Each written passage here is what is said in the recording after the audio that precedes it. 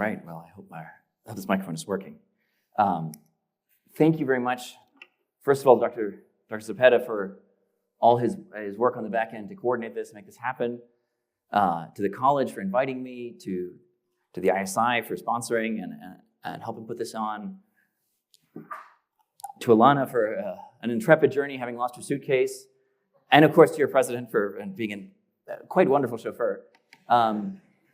I will confess, I woke up many hours ago. I left home 16 hours ago, so I may interrupt myself to sip some coffee every now and then, and please forgive me if the digressions are worse than usual.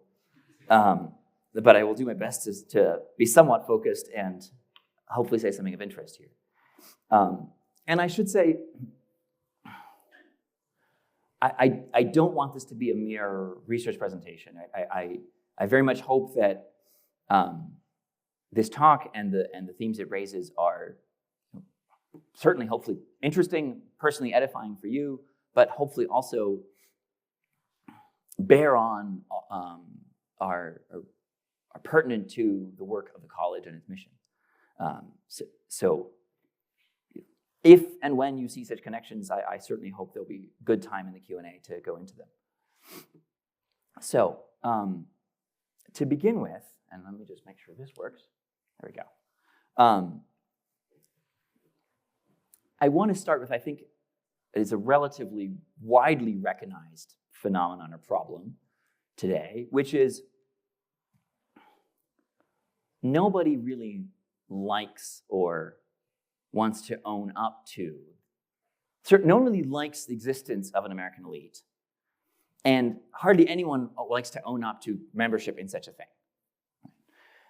There's a little bit of the sort of Animal Farm, all of us are equal, but some of us are more equal than others dynamic, right? Where all of us who are honest recognize that concentrations of wealth and power and access to the corridors of influence are real, but at the same time, we're a democratic republic. We believe in equal citizenship and equality of human nature and equality before the law and all those good things. And so those good commitments, I think, sometimes make it very difficult to actually speak honestly and well about the duties of those with greater position in society, and also to diagnose their vices and think about how to remedy them. But my academic training is in politics. I hope politics is of interest, at least to some of you here. I think the good political thinking has to diagnose and maybe even prescribe better ways to lead and govern society. And one of the things that almost anyone who thinks about this will also agree on, at least, is that higher education, especially some colleges and universities, has an outsized role to play in defining, in shaping what the American elite is and how it acts, right?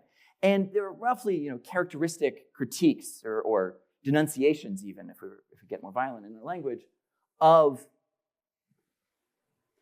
the college-educated, the academic elite,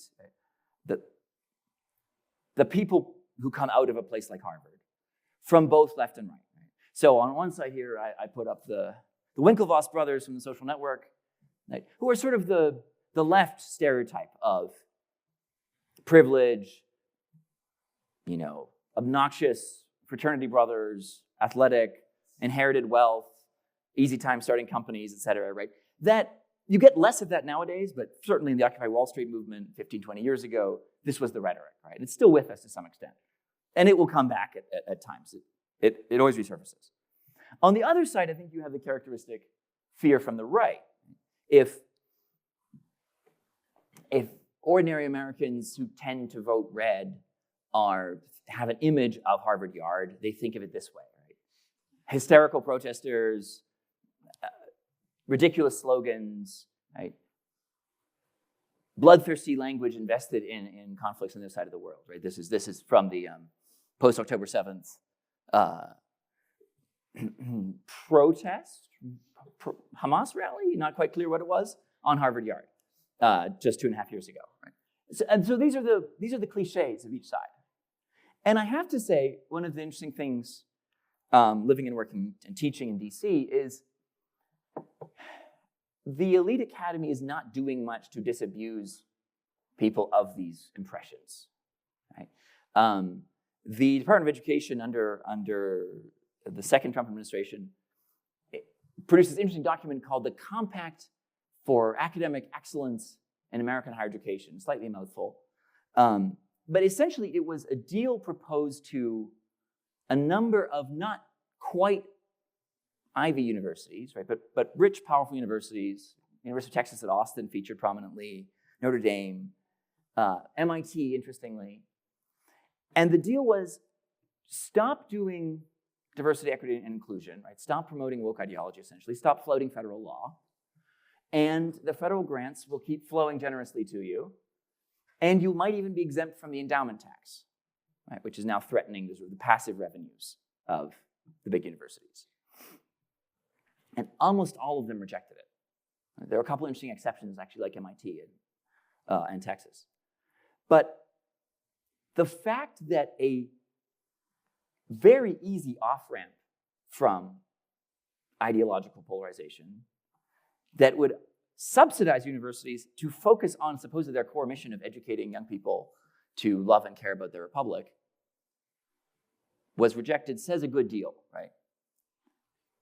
These places are not willing to reform, and they're certainly not willing to be seen to do so with conservative pressure.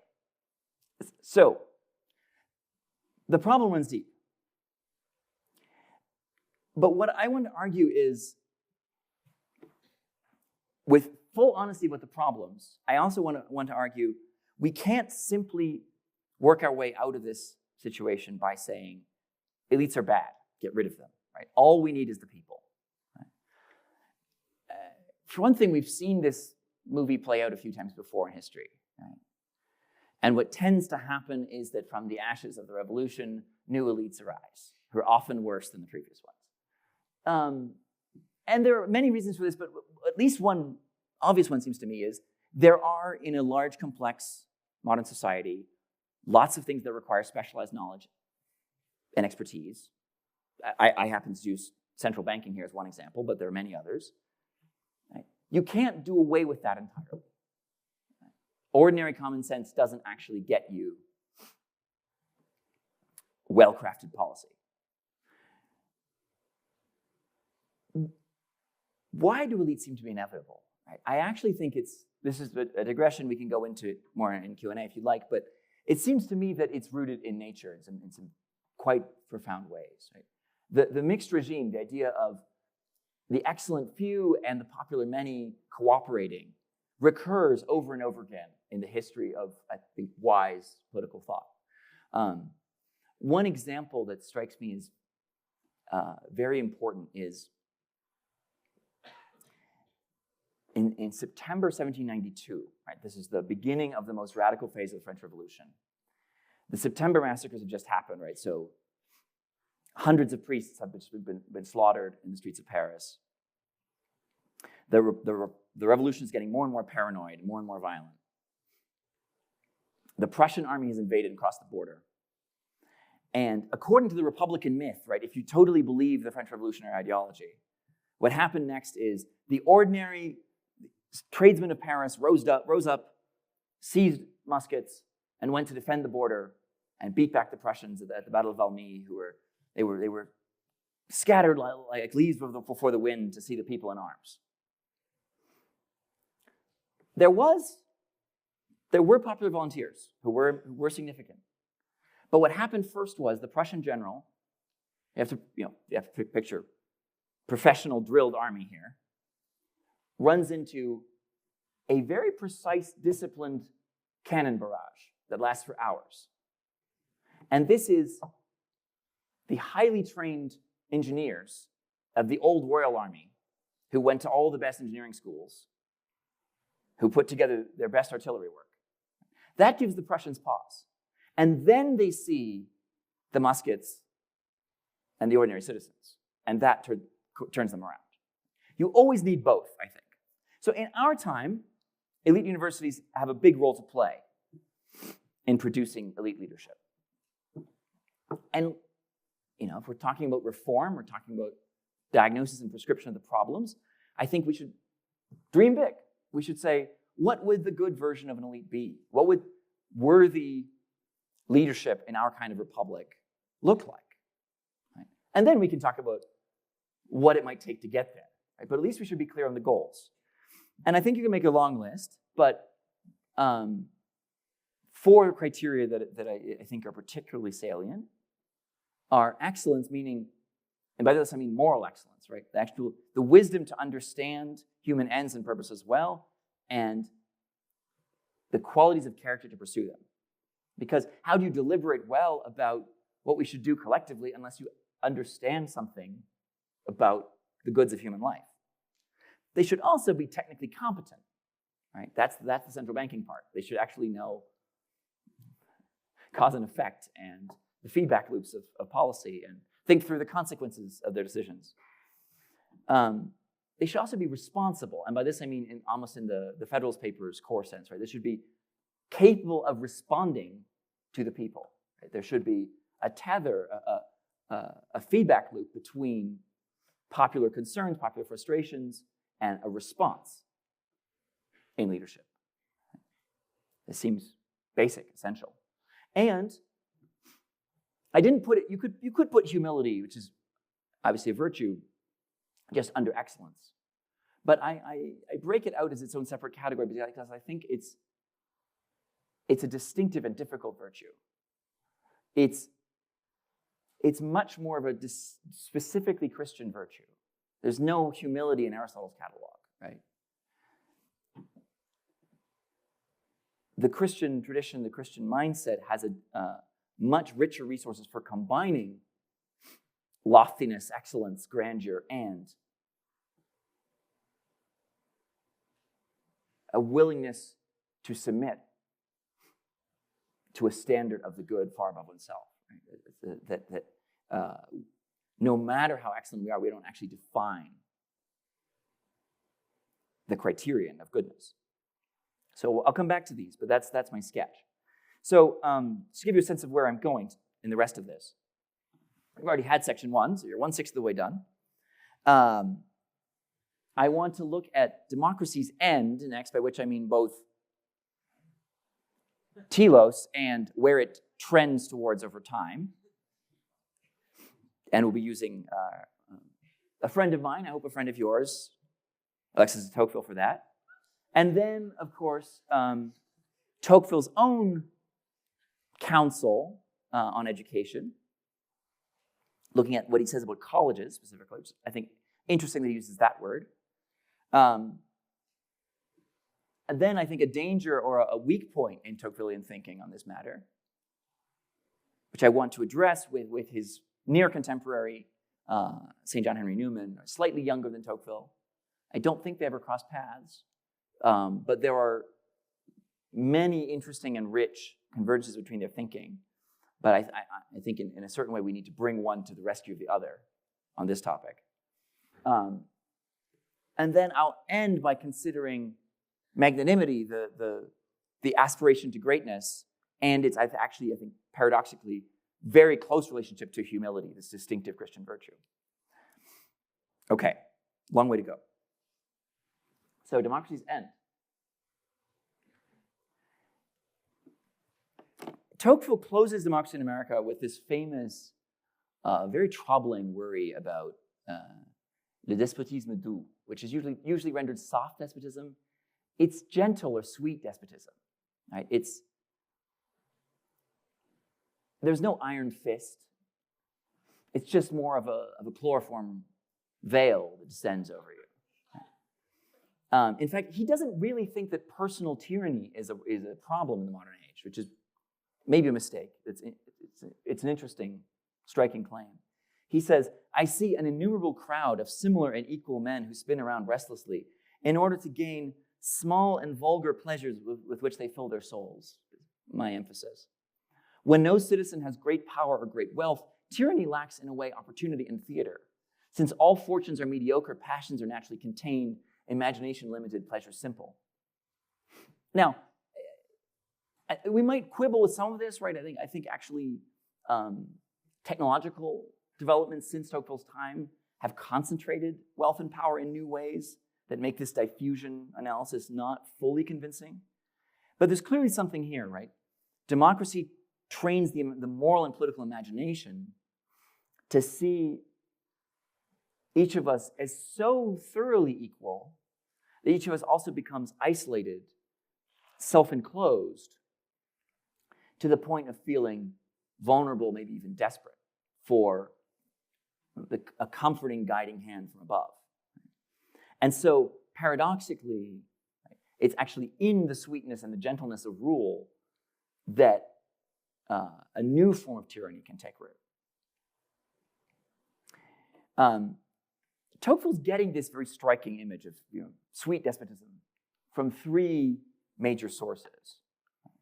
One is Blaise Pascal, who writes really 2 centuries before Tocqueville. Pascal's analysis is that when man wishes to play the angel, he plays the beast, right? Our proudest self-assertion when we think we're doing the very best is actually precisely when we ensnare ourselves again, when we fall into new servitude. And he means this on the personal, moral, spiritual level, but he also is interested in this on the social and political level to some extent. And Tocqueville takes up that thread and runs with it. So this is Tocqueville, not Pascal. If a man was forced to prove to himself all the truths that he uses every day, he would never finish doing so. He would wear himself out with preliminary demonstrations without advancing, as he has neither the time, because of the shortness of his life, nor the ability, because of the limitations of his mind, to act in this way. He is reduced to holding as certain a host of facts and opinions that those more clever have found that the crowd adopts. So this is the paradox, I think, very familiar, right? Particularly to those grounded in the Catholic intellectual tradition and those who read the great books, right? That it is often precisely when we are proudest of being innovative and original and having thought for ourselves that we're actually most dependent on usually the watered down, thin gruel version of a very old idea, or frequently, sadly, just we're tracking roughly what we think people like us think. Right? What is so much of how ordinary people reason is actually just what's typically thought, what is expected, what's socially normal. Right? And this power, the power of public opinion, the power of the majority, is amped up in democracy. Right? So what Pascal saw as a human problem, Tocqueville sees as a particularly democratic problem. Okay. Next, right, there's these 3 great French predecessors whom Tocqueville draws on for this. The second is Montesquieu.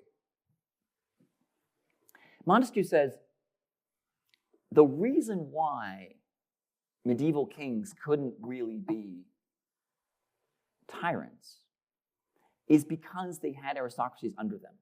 Right? The nobles could contest their power. And in some ways, this is very, very literal, right? The barons have fortified houses, stone castles, and private armies. And in fact, the royal army of medieval France relies on the barons to bring in their retainers, whom they fund and equip to fight for them, right? There is no professional army or formal state, really, beyond the loose agreement of the nobles. So this necessarily keeps power to a certain degree decentralized. Right? So the painting here, the first painting was Edward Hopper's image of American loneliness, but the second, this is from the uprising called La Fronde, the last major attempt by the nobles in the 1650s in France, when Louis XIV is still a boy, to resist the centralizing power of the monarch. Right? And it's very bloody, doesn't end well for anybody. But Montesquieu thinks, despite the sort of quixotic, almost self-destructive nature of this for the aristocracy, this was more than an institutional arrangement, right? More than just a contingent thing the Middle Ages happened to get right.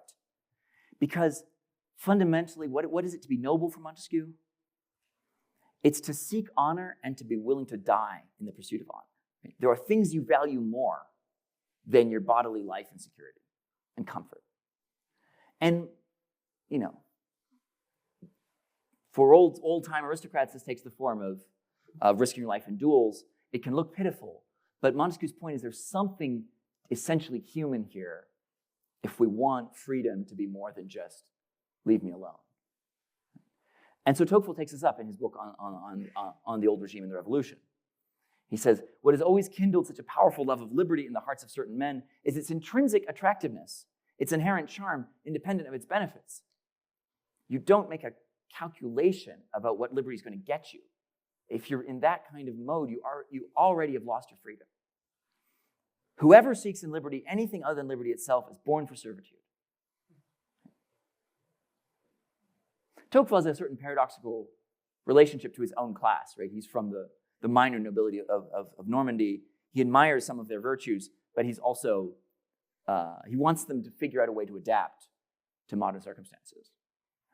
But he doesn't want them to lose this quality. In fact, he wants it to be taught more widely. So one of the things he admires in Americans is that it has been diffused through the body of the people much more widely than in France.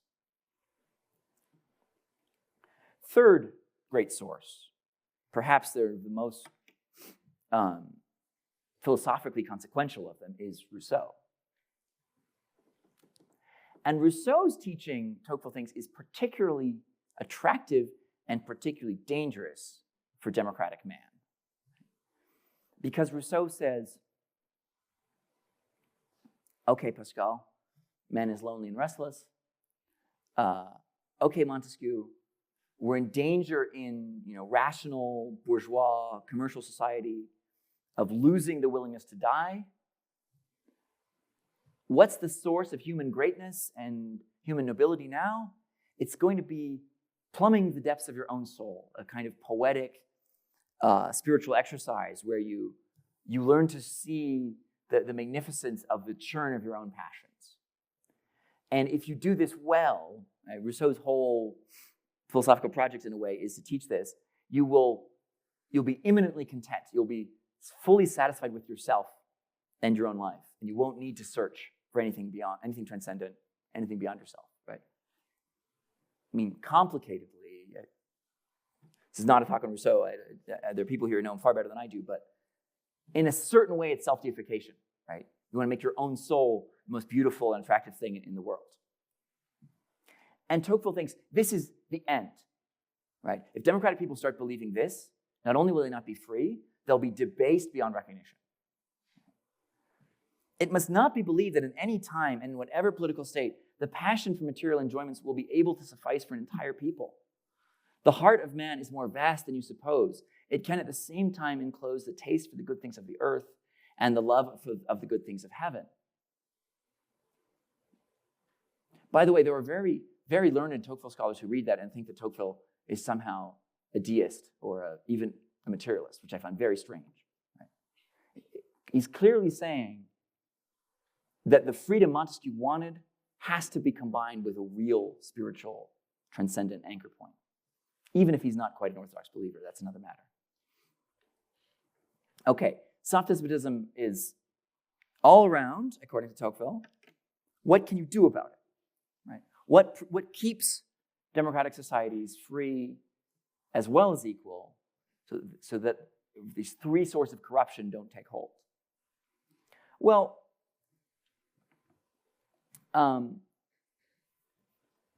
first of all, it's very important that Tocqueville doesn't take the classical solution directly.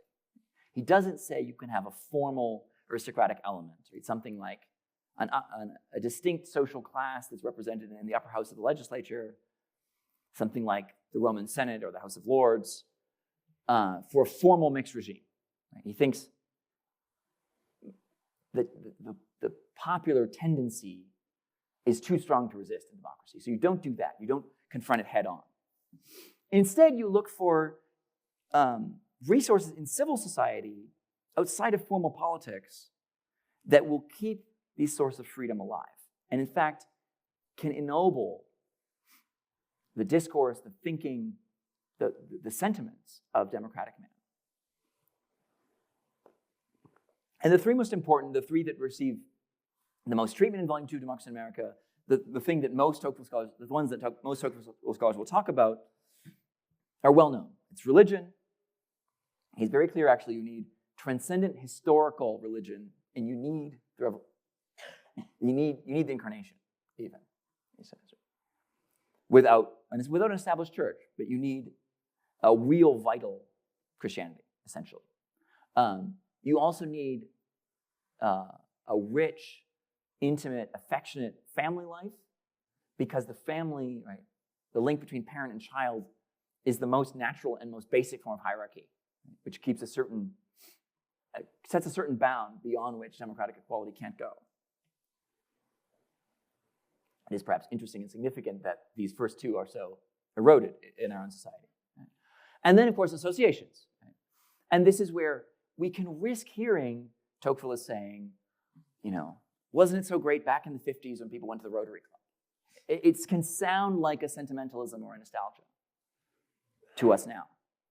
But he actually says associations are ways of replacing the aristocracy. Right? The citizens pooling their talent and their wealth to build things, to take care of the sick, to educate the young, to petition their government.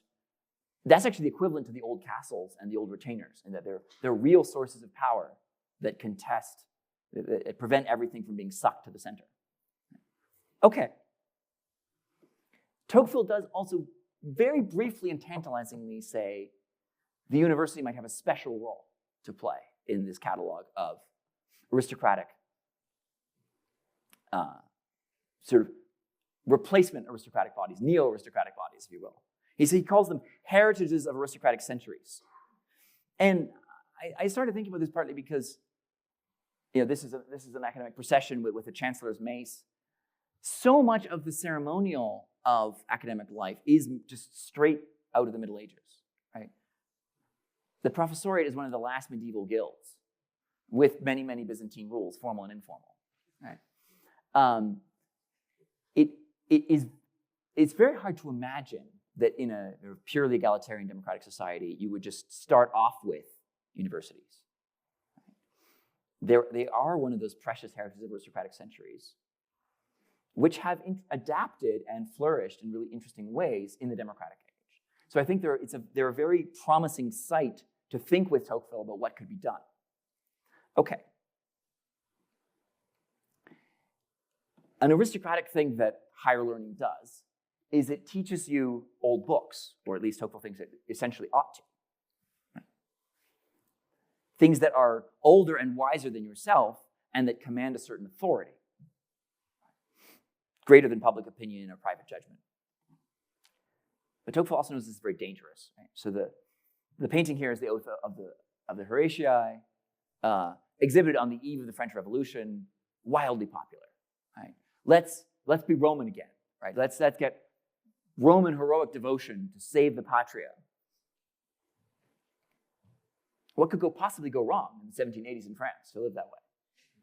Well, Tocqueville thinks, if you persisted stubbornly in teaching only literature, but this he means classical literature, in a society where each man was led by habit to make violent efforts to increase his fortune or to maintain it, a commercial bourgeois society like our own, you would have very polished and very dangerous citizens.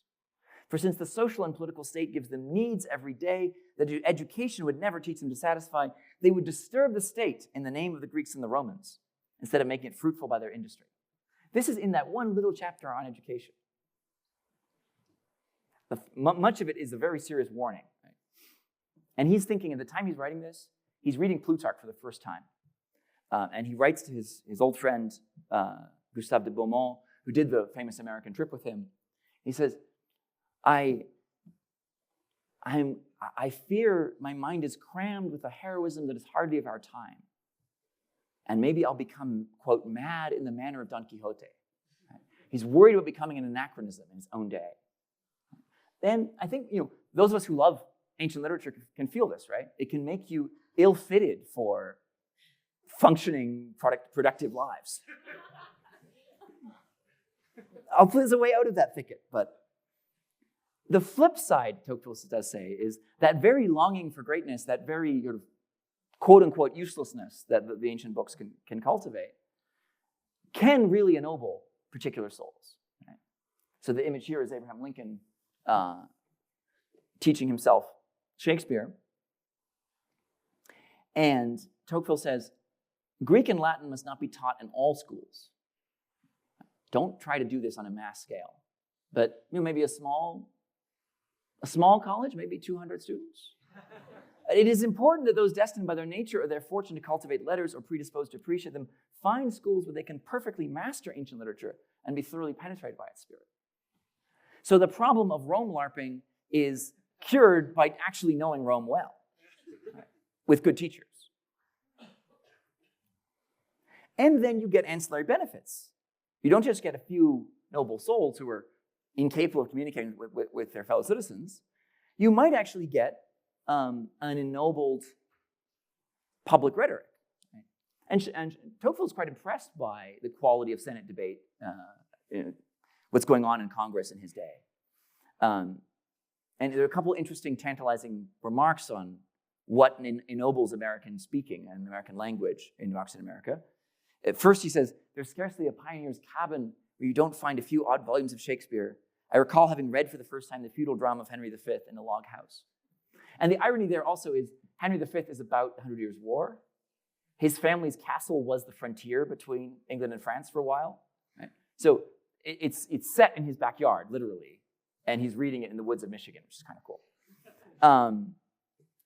But then he says on congressional eloquence, he says, the English orators of the last century constantly quoted Latin, even Greek at the rostrum. He's thinking of people like Edmund Burke in the House of Commons, who really did this. They're just like discourse in Virgil. Their sons of America quote only Shakespeare, the democratic author par excellence. But if you've only got Shakespeare, that's pretty good. And that's pretty far above where we are today. But the taste for good letters, Tocqueville really does think can do things in public life. Right? It's not doomed to be just make you a personal Don Quixote on your own. Okay. How can it do that? Well, again, we come back to that longing for transcendence. Right? This is, oh, sorry. Getting out of sync here. This is an image of Vanity Fair from Pilgrim's Progress. Tocqueville very much thinks you need to keep alive the sense that you are a pilgrim on a progress. You can't just be content with the things of this world. And politics should reflect that in some delicate way. It must not be believed that at any time, in whatever political state, the passion for material enjoyments will be able to suffice for an entire people. This is his attack on Rousseau, that we already looked at. This entails a responsibility for public officials too, though. It's not just a matter of, again, keep the poetry alive in your own heart. He says, legislators in democracies and all honest and enlightened men who live in democracies must apply themselves without respite to lifting up souls and keeping them pointed towards heaven. And I think, by the way, that the appeal to honest and enlightened men who live in democracies is obviously an appeal to readers of Democracy in America, right? Because why would you work through this huge, difficult book unless you were honest and enlightened? It is necessary that all those who are interested in the future of democratic societies unite to spread within them the taste for the infinite, the sentiment for the grand, and that's grandeur in the French, very freighted, weighty word, and the love for non-material pleasures. And he goes on to say, the heads of these new societies, again, legislators, statesmen, must sometimes give the citizens difficult and perilous things to do in order to elevate ambition there and to open a theater to it. I mean, I think this is sort of the space race theory of the presidency almost. Right? This is what John F. Kennedy thought he was doing by proposing a new frontier. Right? And it's interesting to think of what the analog would be. But democracies need great projects. They can't just be satisfied with safety and prosperity. According to Tocqueville, at least. Take it up with him if I'm wrong. Okay, but those who've been well catechized are going to hear a real danger of pride in this. Right? What about the hubris of democracies? Right? What about Periclean Athens launching the Syracuse expedition, right? In the name of being, our collective project is so great, we can forget our limits and destroy our own polities. And of course, spiritually, but we might destroy our own souls, and that's worse. So Tocqueville does explicitly recommend pride as a counterweight. Well, let me read the quote and then I'll gloss it. So far from believing that humility must be recommended to our contemporaries, I would like you to try hard to give them, interesting, you here again is the reader, I think, to give them a more vast idea of themselves and of their species. Humility is not healthy for them. What they lack most, in my opinion, is pride. I would willingly give up several of our small virtues for this vice. He calls it a vice.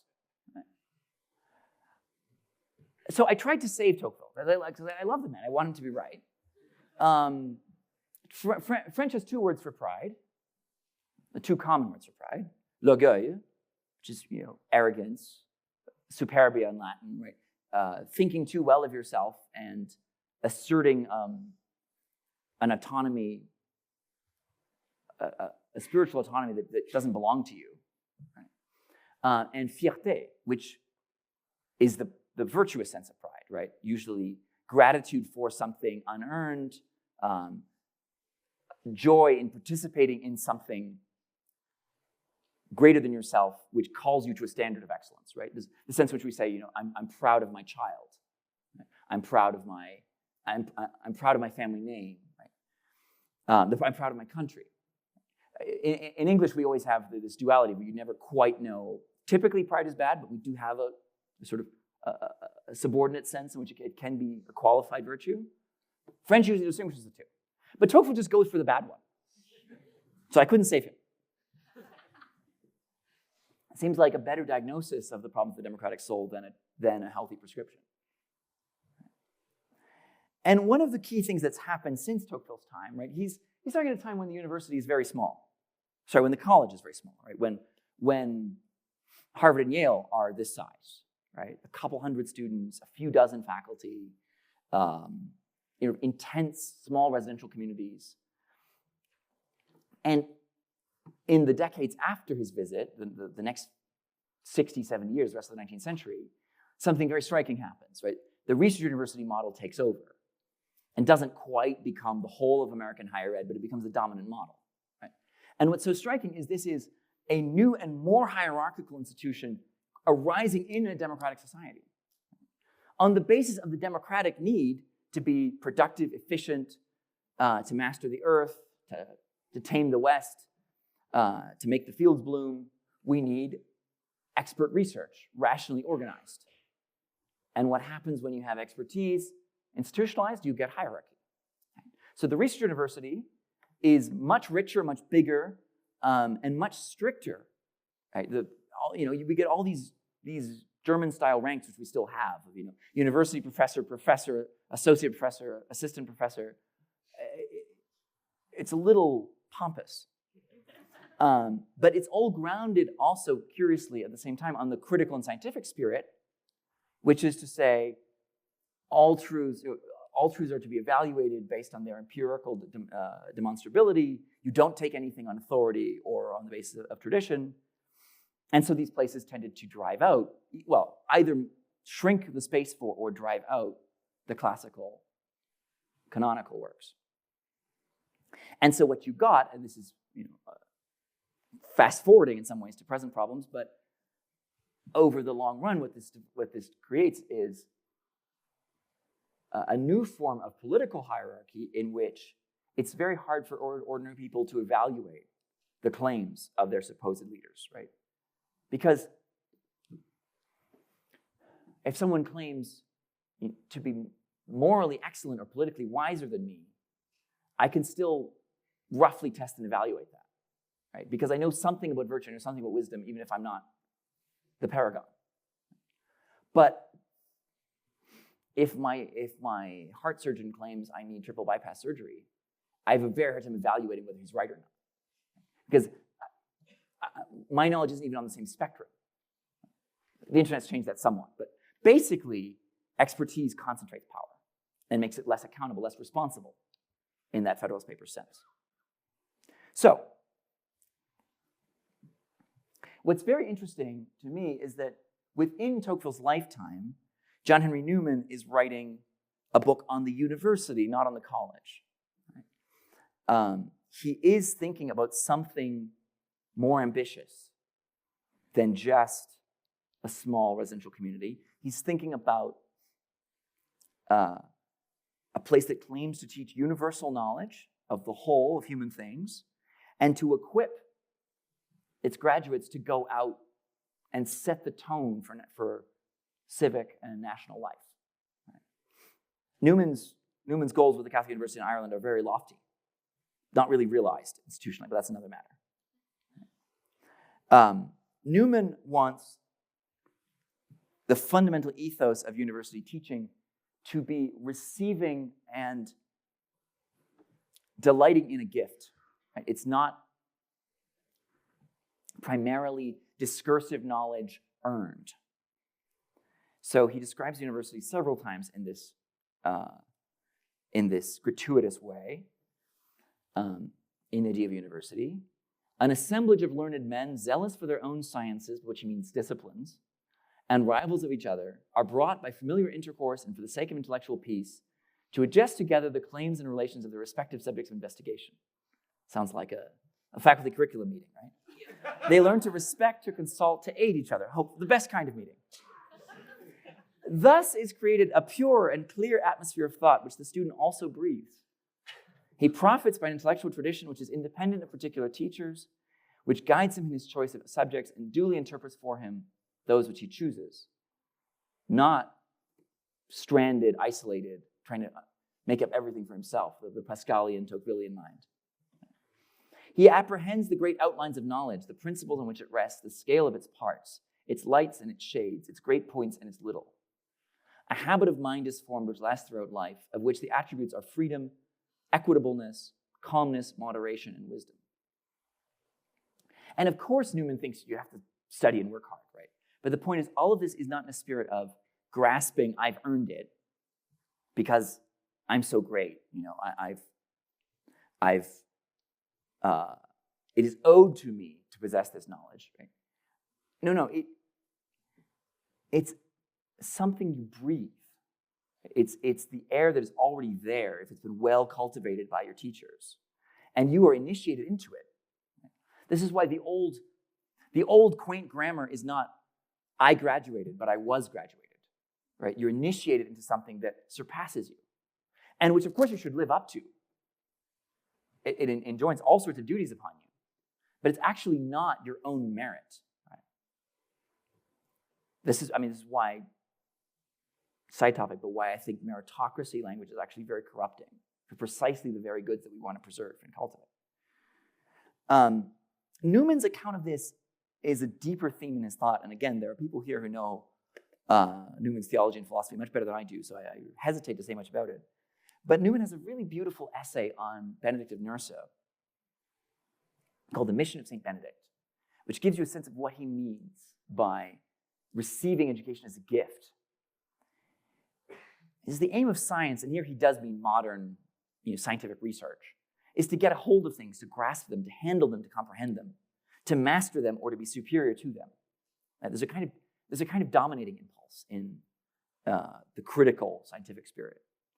But as to the poetical, it demands, which he identifies with St. Benedict, it demands as its primary condition that we should not put ourselves above the objects in which it resides, but at their feet, that we should feel them to be above and beyond us, that we should look up to them. That's the fundamental posture of Benedictine education, which Newman says created the template for really all Catholic teaching. Right? This is, in many ways, the pedagogical foundation of the West. And Newman, of course, says, then you can go on to scientific and discursive reasoning, right? But first you should approach the whole as gift reverently, and then you should come to try to apply your knowledge and make use of it. It's secondary. But the Oxford of his day was not doing a very good job at that already. Newman thinks, and I shudder to think what he would say about Oxford in 2026. Because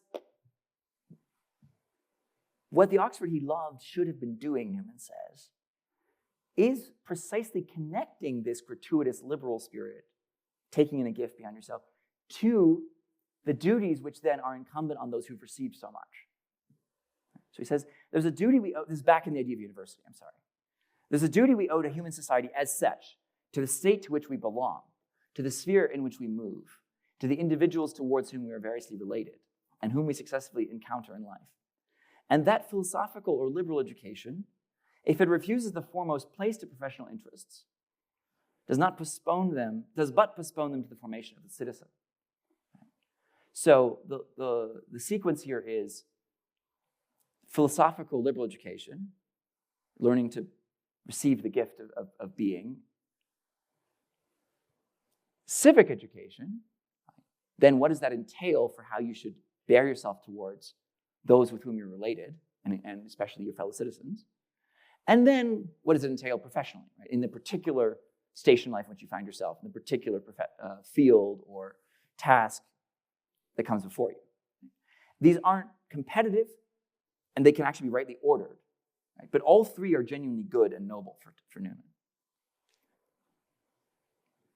And really what he's talking about, I think, is the virtue of magnanimity, which is a almost quaint virtue now, right?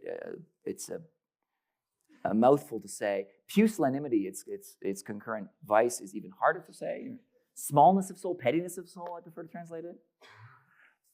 But how can you be, oh, Cardinal Newman, both genuinely zealous to be great and aware of the great gifts you've received? St. Paul says, regard yourself with sober judgment. It might be that you're the best person for the job. In fact, I suspect it is true of many of you, about many possible jobs. However, how do you avoid letting that go to your head and becoming not only spiritually inflated and proud, but also self-defeating, right? Because the proud person is actually the most useless. Right? There's nothing actually worse for a task that needs doing than a proud colleague. So the things that Newman is assuming, which he goes into at times in the idea of university, are at least twofold, I think. One is a metaphysical confidence, right? A principle really as old as Plato, but that he's particularly getting from Thomas Aquinas, that the good is diffusive of itself. Right? Though the useful is not always good, the good is always useful. Good is not only good, but reproductive of good. Nothing is excellent, beautiful, perfect for its own sake, but it overflows and spreads the likeness of itself all around it. Good is prolific, is not only good to the eye, but to the taste. It not only attracts us, but it communicates itself.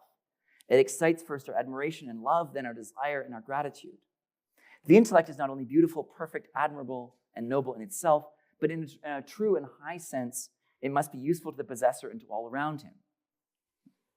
I was thinking about how on earth to illustrate this, and then I realized that the spreading... Oh, I'm sorry. The good is failing to be diffused. Can we recover the PowerPoint? Yeah, there we go. That's an image of the spreading of the candles at the Easter Vigil, right? Which is the encapsulation of precisely this principle. Okay, so in other words, the better, the nobler a thing you have, the least you could possibly bear not to share it. Right? So it's actually, again, it's part of justice toward others to do and be the best you can. Right? That's not pride. Okay, but there's a pitfall. Again, gratitude is a prerequisite virtue for humility. Right? The recognition that not only is your education a gift, but actually being itself is a gift. Right? The fundamental disposition of created things is to receive their natures and their ends from God. Right? So Newman warns very sharply, almost terrifyingly, about the damnable danger of getting liberal education in a worldly sense without that metaphysical grounding, so that you become actually convinced of your self-sufficiency. Right? I actually think you can do the thing that Pascal and Tocqueville say you can't do, which is reason through everything for yourself. So he warns, liberal education makes not the Christian, not the Catholic, but the gentleman. It is well to be a gentleman, but it is no guarantee for sanctity or even for conscientiousness, even for ordinary human decency. And the image he's really drawing on is Gibbon's portrait of the death of Julian the Apostate, which is one of the most chilling passages in the idea of university. Right? Because Julian, in a certain sense, was the consummate philosopher king. Right? He had his lovely Platonic learning, and he said, in the name of restoring the academy, I'm going to turn back the clock. We're going to de-Christianize the empire, and we're going to have high priests of paganism again. In fact, there had never been high priests of paganism before. It was already a kind of Christianized paganism, but leave that aside. Gibbon, right, in The Decline and Fall of the Roman Empire, portrays the death of Julian as this beautiful, noble, serene moment, right, where that was super inspiring for the anti-clerical side of the Enlightenment. Right? Julian is discoursing on reincarnation, the migration of souls, until the very end, right? Until he can no longer speak because the pallor of death is spread across his face. And Gibbon says he had nothing to regret. He didn't ask pardon for anything. And Newman says this is precisely the very worst kind of educated person. Right? This is the very thing you don't want to become. In the insensibility of conscience, in the ignorance of the very idea of sin, in the contemplation of his own moral consistency, in the simple absence of fear, he didn't even have basic natural fear of death, which is a mark of sanity, actually. In the cloudless self-confidence, in the serene self-possession, in the cold self-satisfaction, we recognize the mere philosopher. It's pretty dark. Okay. So what's the good version? Newman ends Discourse 7, which I believe is titled Knowledge in Relation to Professional Skill, with this short list of the good things that really doing the liberal education, which is in a certain sense for its own sake, the good benefits it will bring to bear on the surrounding society if you do it right. So, the training of the intellect, which is best for the individual himself, best enables him to discharge his duties to society.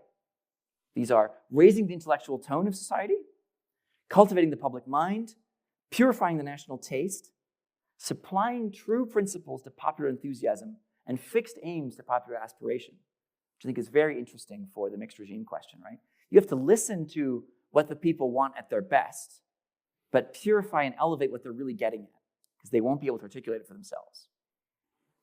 Giving enlargement and sobriety to the ideas of the age, right?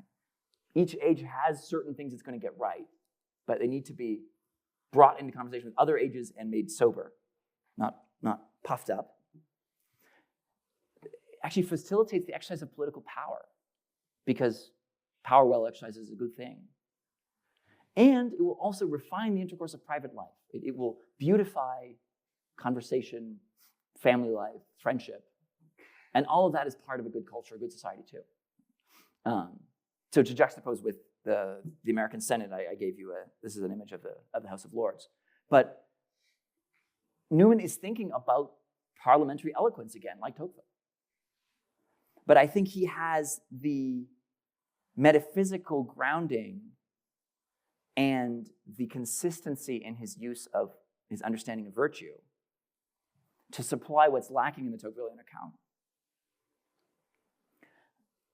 However, simultaneously, Newman's politics is frustratingly, radically underdeveloped. We have a great treatise on the university. We have only, occasional sermons and essays that touch on politics from Newman. Right? So I think these two contemporaries need to be made complementary to one another. Right? The sort of lapsed Catholic who could never really get away from a Catholic worldview, but who's perhaps the greatest analyst of democratic society and politics in Tocqueville, and then the great doctor of the church who who takes on all the skepticism of the 19th century and provides the foundation for being modern and Catholic in a deep and serious way in Newman. Right? They need each other. So in conclusion, to bring in yet another thinker, right, magnanimity and humility actually are flip sides of the same coin. Right?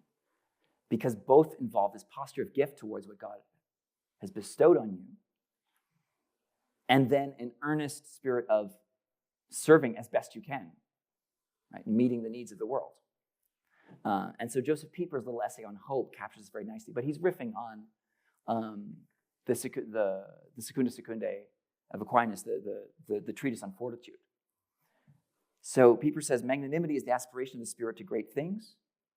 A person is magnanimous if he has the courage to seek what is great and becomes worthy of it. Right? Magnanimity always involves work to become worthy of the greatness you aspire to. Right? Pride, in the negative sense, is always complacent. Always says, I am already the finished article. I don't need to do any work. Right? Humility is only apparently the opposite of magnanimity. Humility is the knowledge and acceptance of the inexpressible distance between creator and creature. It's only if you have that grounding that you can actually do the love of greatness well. I think that's a pretty good mission statement for any educational project, but I hope it connects well to what you're doing and what you're experiencing here. Any questions?